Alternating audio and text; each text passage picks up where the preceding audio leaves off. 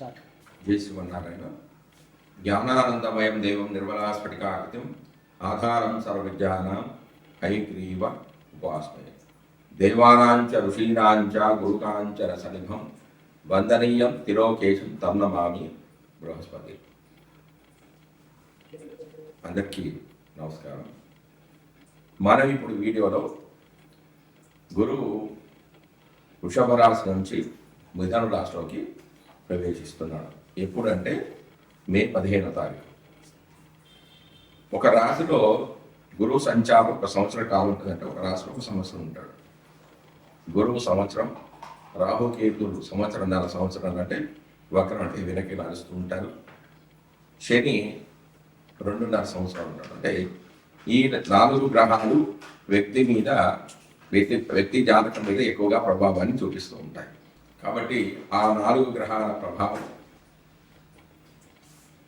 జాతకంలో విశేషంగా ప్రభావాన్ని చూపిస్తాయి. కాబట్టి వాటిని జాగ్రత్తగా పరిశీలించుకోవాలి. ముఖ్యంగా గురుడు ఒక శుభగ్రహం. గురుడి యొక్క దృష్టి లేకపోతే ఆ గృహంలో ఇలాంటి శుభకార్యాలు జరగవు. ఎవరి జాతకంలోనైనా గురుడు మకర కుంభాల్లో ఉన్న, శని నక్షత్రాల్లో ఉన్న చెడు ఫలితాలు ఎక్కువగా జరుగుతూ ఉంటాయి. కాబట్టి గురువు యొక్క గోచారం, గురువు యొక్క శుభదృష్టి అనేది జాతకుడికి చాలా ముఖ్యం. మనం ఇప్పుడు ఈ వీడియోలో గురువు సంచారం వల్ల అంటే మిథున రాశిలోకి ప్రవేశించడం ద్వారా 12 రాశుల వారికి ఫలితాలు ఏ విధంగా ఉన్నాయి అనేది తెలుసుకుందాం. అసలు గురువు యొక్క కారకత్వాలు ఏమిటి? సంతాన సోక్షం పఠనే పఠిత్వం శరీర పుష్టీర్త వినంతరోజ జ్ఞానం మతిస్తంత్ర విచార భూప వినోద వేదార్థ విదోంగ వీర్యం తురంగ సౌఖ్యం స్వగురు స్వకర్మ సింహాసనం గోరథ బుద్ధ విప్ర చమీకరా భూషణ సత్యమేదో మీమాంస తీర్థాన్ని యశ సురేర్జాత్. భావమంజరి అనే గ్రంథంలో 49-50 శ్లోకాల్లో గురు కారకత్వాల గురించి చెప్పడం జరిగింది. వీటి యొక్క అర్థం ఏమిటంటే సంతాన సౌఖ్యం, వక్తృత్వము, శరీర పుష్టి, ధనము, పుత్రులు, జ్ఞానము, బుద్ధి, తంత్ర విచారం, రాజ సమానత్వము అంటే ప్రభుత్వ ఉద్యోగము, వినోద ప్రీతి, వేదాంత జ్ఞానము, శరీర బలము, గురువు, తండ్రి నుంచి వచ్చే వృత్తి విద్య, సింహాసనము, గోవులు, రథాలు, వృద్ధత్వం, బ్రాహ్మణుడు, బంగారు ఆభరణాలు, సాత్వికమైన గుణము, మీమాంసా జ్ఞానము అంటే తర్కించడము, తీర్థయాత్రలు, ఇవి గురువు యొక్క కారకత్వాలు. జ్యోతిషం బుధుడి ద్వారా రావచ్చు, గురువు ద్వారా రావచ్చు, శుక్రుడి ద్వారా కూడా రావచ్చు. అయితే బుధ కారకత్వంలోని జ్యోతిష్యం ధనార్జనకు, గురు కారకత్వంలోని జ్యోతిష్యం అనేది లోకోపకారానికి, శుక్ర కారకత్వంలోని జ్యోతిష్యం పలుకుబడి పెంచుకోవడానికి, యురేనియస్ కారకత్వాలను జ్యోతిష్యము నూతన ఆవిష్కరణలకు ఉపయోగిస్తుంది. వాహన సౌఖ్యము, పల్లకి, ఏనుగు, గుర్రము, యజ్ఞాది క్రతువులు, ఆచార పాలన, ద్వితీయ వివాహము, ప్రబంధ రచనా శాస్త్రము, జ్యేష్ఠ సోదరులు, పశు సంపద, శుభకార్యాలు, పౌష్టిక కర్మలు అంటే శాంతులు చేయడం, యోగాభ్యాసము, గురుత్వము, బోధన అంటే టీచింగ్, మంత్రోపదేశము, ఆధ్యాత్మిక జ్ఞానోపదేశం అంటే అర్చకులు, వేద పండితులు, జ్ఞాపక శక్తి, నూతన ఆవిష్కరణ, సద్గతి, మోక్షము, ఆలోచన శక్తి, మంచు, తీపి, ఈశానము, తేనెకళ్ళు, సంస్కృత భాష, గర్వము, ఆడంబరం లేని వేషం అంటే సింపుల్సిటీగా ఉండడం, స్థూలకాయం అంటే లావుగా ఉండడం, పచ్చని కనులు, దాచబడిన సొత్తు అంటే నిల్వ ఉంటుంది. అంటే గురువు జాతకంగా బాగుంటే డబ్బులు బాగా నిల్వ ఉంటాయి. గజ సంపద, వేదాంతము, ప్రవితాముడు అంటే ముత్తాత, భవనాలు, గోమేదికం ఇదన్నీ చెప్పబడ్డాయి. మరియు కనక పుష్యరాగం, పితామహుడు అంటే తండ్రి, దేవేంద్రుడు అంటే ఇంద్ర పూజ, గురుదోషాలు తొలగిస్తుంది అని ప్రాచీనమైన సాంప్రదాయం. ప్రస్తుత కాలంలో ఇంద్ర పూజకు ప్రాచుర్యం అనేది తగ్గిపోయింది. దత్తాత్రేయ పూజ, మంత్రస్మరణ గురు దోషాలను హరిస్తుందని ప్రస్తుత సాంప్రదాయం. గురుడు గ్రహాలలో పెద్ద గ్రహం. మనసులోని గౌరవ భావం గురువుకి చెందింది.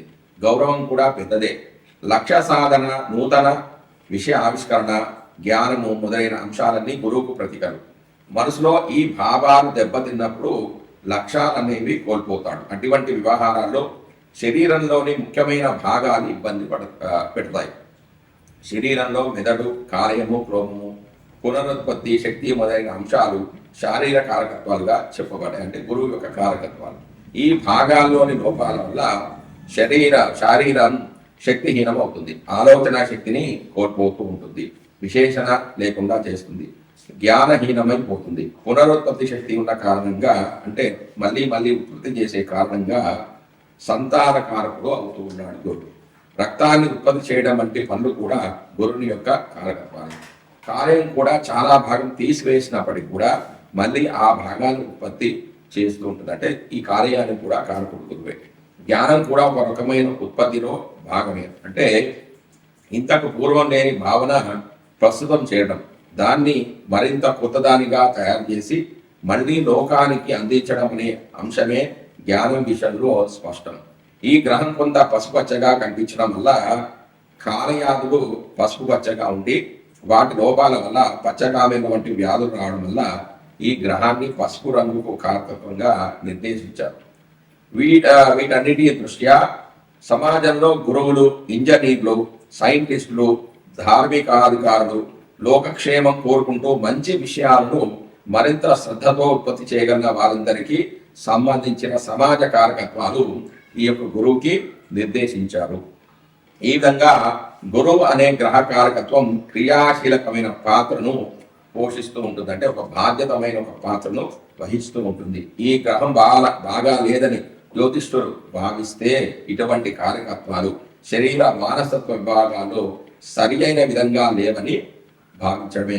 ఇదే విధంగా ఈ అంశాల్లో కలిగే ఇబ్బందిని గురుగ్రహానికి ఆపాదించి చూడడం జ్యోతిష్యుల యొక్క సాంప్రదాయం. ఇదే భారతీయ భావంలో గ్రహకత్వాన్ని అధ్యయనం చేసే విధానం. ఇక గోచార విషయానికి వస్తే గురుగ్రహ సంచారాన్ని కూడా సంవత్సర గోచారంలో భాగంగానే పరిశీలిస్తారు. గురువు తానున్న రాశి నుండి 5, 7, 9 రాశులను చూడడం వల్ల ఆయా రాశుల వారికి అనుకూలతను తెలియజేయడం జరుగుతుంది. అంటే తాను ఉన్న స్థానం నుంచి 5వ స్థానాన్ని, 7వ స్థానాన్ని, 9వ స్థానాన్ని చూస్తుంటాడు. కాబట్టి ఆ రాశులలో ఉన్న లోపాలు ఏమన్నా ఉంటే వాటిని కూడా సరిదిద్దుతాడు. అంటే లోపాలు అనేవి తగ్గిపోతుంటాయి. అంటే గురువు ఒక శుభగ్రహం కాబట్టి పాపగ్రహం చూస్తే శుభత్వం అనేది పోతుంది, శుభగ్రహం చూస్తుంది కాబట్టి ఆ శుభాలు అనేవి కలుగుతూ ఉంటాయి.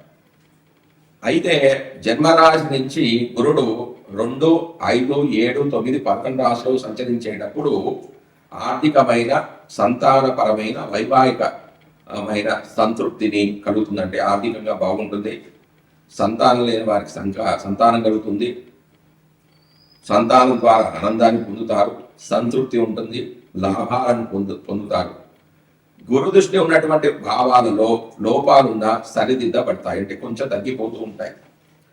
ఆ సంవత్సరంలో ఏ కార్యక్రమాలకు అనుకూలమో, ఏ కార్యక్రమాలకు ప్రతికూలమో కూడా గురుగ్రహ గోచారం ద్వారా మనం గమనించవచ్చు. నూతన సంకల్పాలు నెరవేరడానికి, వివాహ సంతానాది అంశాలు పరిపూర్ణత కోసం గురుగ్రహ గోచారం అనుకూలంగా ఉండే విధంగా చూసుకోవాల్సి ఉంటుంది. మనం ఎందుకు చూస్తున్నాం? గురుగ్రహ సంచారం ఎందుకు తెచ్చుకుంటున్నాం అంటే గురువు యొక్క అనుగ్రహం ఉంటేనే మనం అనుకున్న సంకల్పాలు అనేవి నెరవేరుతూ ఉంటాయి. వివాహ విషయంలో కానీ, సంతానం విషయంలో కానీ, ఆర్థిక వ్యవహారంలో కానీ ఉంటాయి. కాబట్టి గురుగ్రహ సంచారం, గురువు యొక్క శుభ దృష్టి అనేది మనకు కంపల్సరీ. గురుడు 2, 5, 7, 9, 11 స్థానాల్లో శుభ ఫలితాలు ఇస్తాడు. అదేవిధంగా అంటే 2లో ఉన్నప్పుడు 12 ఏ గ్రహం ఉండకూడదు. 5లో గురుడు ఉన్నప్పుడు 4వ స్థానంలో ఏ గ్రహం ఉండకూడదు. అలాగే 7వ స్థానంలో గురుడు సంచరిస్తున్నప్పుడు 3వ స్థానంలో ఇతర గ్రహాలు ఉండకూడదు. 9వ స్థానంలో ఉన్నప్పుడు 10వ స్థానంలో ఉండకూడదు. 11వ స్థానంలో గురువు సంచరిస్తున్నప్పుడు 8వ స్థానంలో ఏ గ్రహాలు ఉండకూడదు. అంటే ఇలా ఉంటాయి. వీటిని వేద స్థానాలు అంటే ఈ స్థానాల్లో ఏమన్నా ఉంటే ఆ శుభత్వం అనేది ఉండదు. అంటే వీటిని కూడా పరిశీలించుకోవాలి.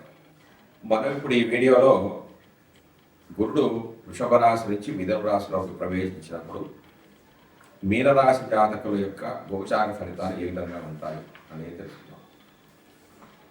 మిథున రాశి వారి గురుడు చతుర్థ భావంలో సంచరిస్తూ ఉంటాడు. అంటే చతుర్థంలో సంచరించే గురుడు అశుభ ఫలితాలే కలిగజేస్తాడు. అంటే తల్లికి కొంచెం అనారోగ్య సమస్యలు రావడం, విద్య అనేది సరిగా సాగకపోవడం, అంటే అనుకున్న ఫలితాలు అనేవి సాధించలేకపోవడం, గృహంలో కొంచెం ఇబ్బందులు, ప్రయాణాల్లో కొంచెం ఇబ్బందులు కలగడం, అది కష్టించినా కూడా కొంత ఫలితాలు అనేవి రాకపోవడము,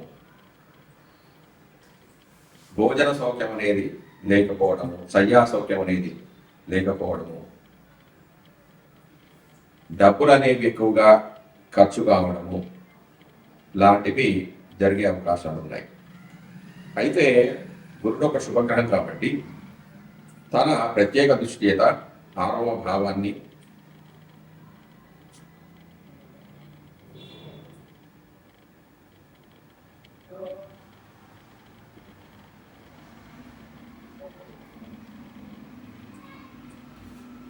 ఎనిమిదవ భావాన్ని, 10వ భావాన్ని, 12వ భావాన్ని వీక్షించడం ద్వారా అందులో ఉన్న లోపాలు అనేవి కొంచెం తగ్గిపోయే అవకాశం ఉన్నది.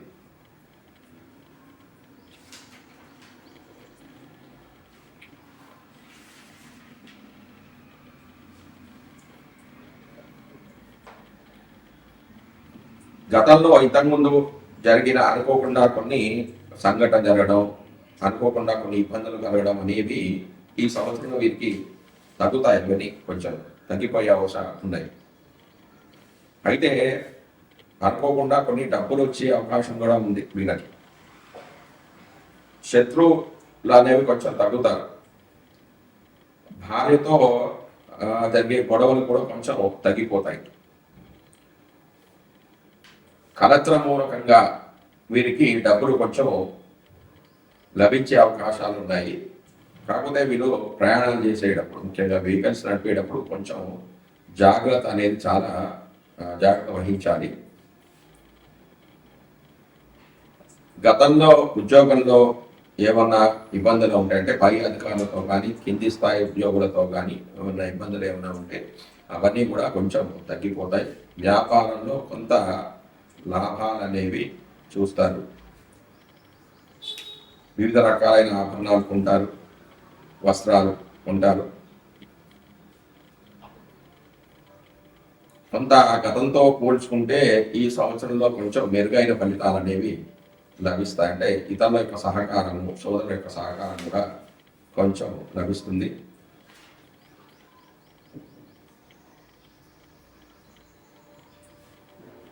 డబ్బులు అనేవి ఎక్కువ ఖర్చు చేస్తారు. అంటే పుణ్యకార్యాలు కూడా కొంచెం చేసే అవకాశం ఉంది. తద్వారా డబ్బులు అనేవి ఎక్కువగా ఖర్చు అవుతూ ఉంటాయి. చేసి ఉన్నారు. అంటే గురుగ్రహం బాగాలేకపోయినప్పుడు, అంటే గురువు యొక్క అనుగ్రహాన్ని పొందాలి అంటే చేసుకోవాల్సిన రెమెడీస్ ఏమిటి అంటే గురువు యొక్క దానాలు. గురుడు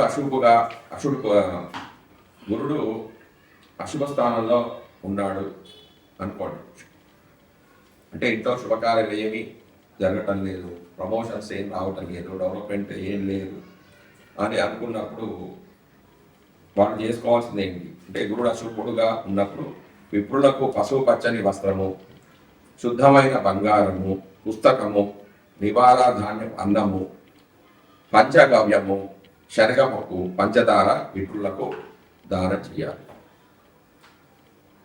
గురువు శాంతి స్థానం.